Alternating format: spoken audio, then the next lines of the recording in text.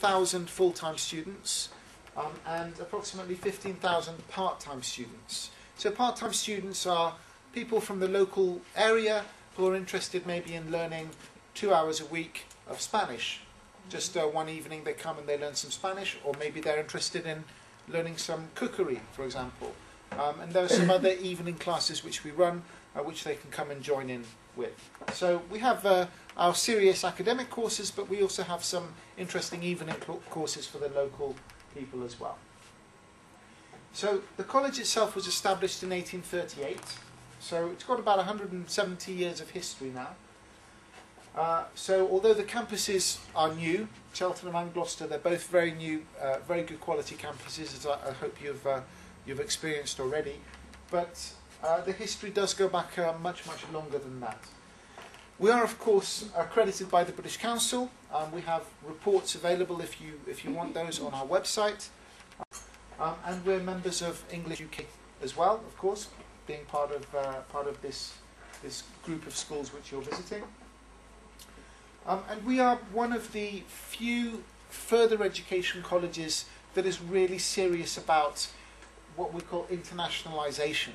So a lot of the government colleges, for whatever reason, they don't get so active in international recruitment. But that's something that we think we can do, because we think we've got the right facilities for it. We've also invested a lot of money in the support services as well, which is, I think, just as important, if not more important, than the facilities that we have. So we have people who are there just to help our international students, and we're going out to markets, we're going to workshops and so on, meeting new agents to try and really develop our international market. So although maybe some of you are not so familiar with this type of college, with this type of government college, hopefully you'll have a more positive impression of us, because we're very open to receiving international students and working with our partners around the world. So I'm sure you know where we are at the moment, but this is just a map to confirm that. This is our region here. This is called Gloucestershire. This is our county. And that's the name of the college, of course, where we take our name.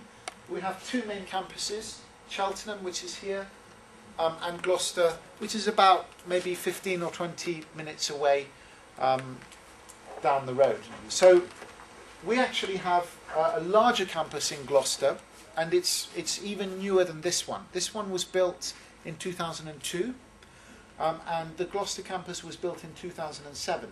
So they're both very new, and they were both custom-built campuses. They're not extensions or conversions. They were built just for us to suit our purposes.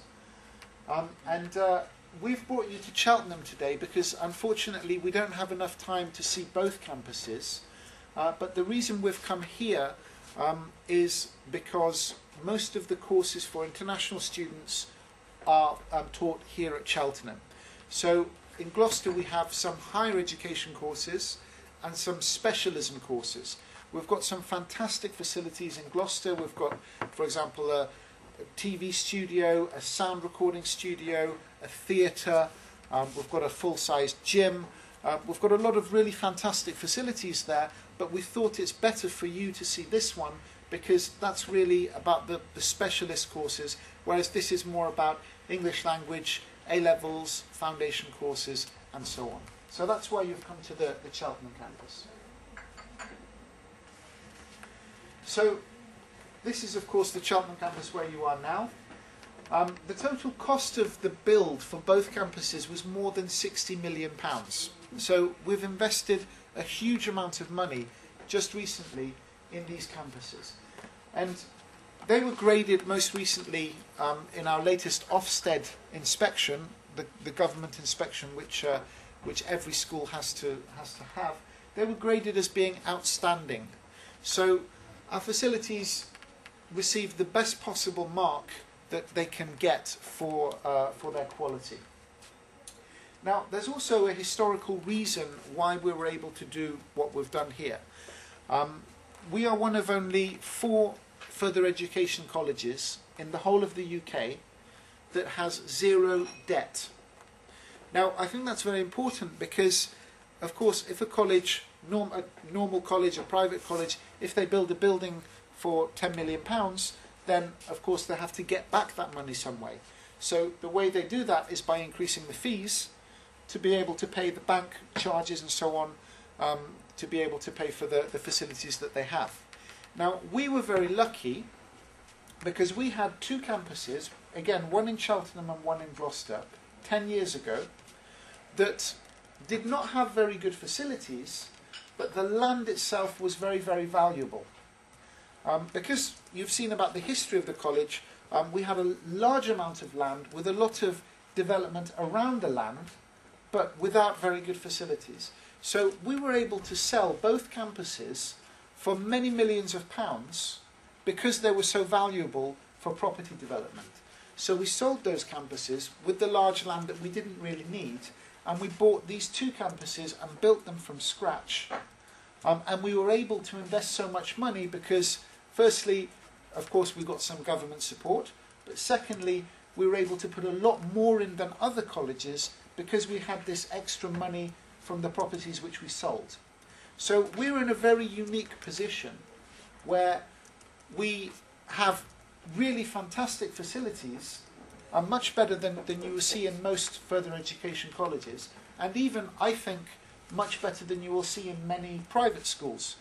But we can also offer them at a much, much lower price because we're offering tuition fees at a much lower level compared to most private boarding schools. So there's a historical reason why we've got the facilities that we do and why we've got this low fee. That really is, for me, I think the key benefit for attracting agents and international students is this wonderful combination of having these fantastic facilities but also very, very low fees compared to most institutions. Attractions and sites. Every college likes to say our location is excellent, no matter where they are. That's a fact. But I think there are ways that you can tell whether somewhere is nice to live. For example, low crime. We've statistically got very low crime rates in our area. We've got a very high average salary compared to most of the rest of the country. We've got very high property prices, very low unemployment records. So the people that live here are generally better off than they would be in many other parts of the UK. There's not a lot of heavy industry here. Most of the jobs in Cheltenham especially are what we call white-collar jobs, so mostly very well-educated people. We've got just all Oxford, Bath and Cardiff. So the fact that we're very central allows us to make some very interesting excursions to local places. In terms of where people fly to, although Bristol and Birmingham are closer to us, we usually have students coming into Heathrow Airport because from Heathrow there is a direct bus service from Heathrow Airport directly into Cheltenham without having to change. So although Heathrow is about just less than 2 hours away, usually you find students actually flying into Heathrow and then either getting a bus from there, or of course we can help with a private transfer, a taxi transfer, or whatever they need. So more about the year-round students that we have. They study GCSEs, A-levels, international foundation courses, vocational or specialism courses, HND, English language and pre-sessional preparation courses. So these are the main courses that we run here which are interesting for international students. So these are year-round serious courses for students who want to get qualifications and who want to progress to the next stage of education. So we do have a lot of different subjects that you can choose from. There are some details in your packs. I won't go through them all now, but of course being a large college, that's one of the advantages that we have. We can offer a lot of different subjects and a lot of choice. So we offer GCSEs and international foundation courses in 1 year and A-levels in 2 years. Now, with the new changes to the visa regulations that I'm sure you're aware of now, 99% pass rate for A-levels, it's actually 99.4%. That's for the last 2 years. And it's 100% for international students.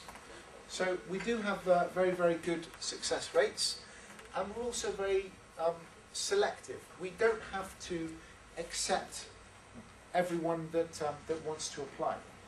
Students have to have minimum standards. For example, if they want to do A-levels, they have to have minimum standards in the subjects they want to study for us to be able to take them. So sometimes agents are a little bit worried about government colleges. They think maybe you have to accept everyone from anywhere. That's not the case with us. We can be quite selective about the standard of students that we accept. So your students would not be studying with British students who aren't interested in studying or who are too weak. They would actually be studying with a higher standard of student that you would find in most government colleges. As I've told some of you already, we also have the best proportion of computers to students of any educational institution in the country that I'm aware of. We have more than 2,000 computers on all our campuses, and as I've already said, that's for about 4,000 students. So we've got a very, very good ratio of computers to students. And of course we have a lot of academic support services, so every student would have a personal tutor, and our international department is there to help students with visa issues and police registration and any medical issues they may have, any change of accommodation they might need. So we do have specialist staff to support the international students. About how we check qualifications to see the standards of students that you're interested in sending, we would actually normally rely on you, our partners, to tell us about the standards of the students that you're sending, because it's quite difficult for us to know what the educational system is like in every country. So, for example, a mark of 70% in some countries is really fantastic, but in other countries 70% is actually not very good. So we would actually rely on you to tell us, look, this person, let's say they're quite good, but their maths is a bit weak, so they need some more help with their maths. That's fine. We can still accept them, but we need to know so that we can help them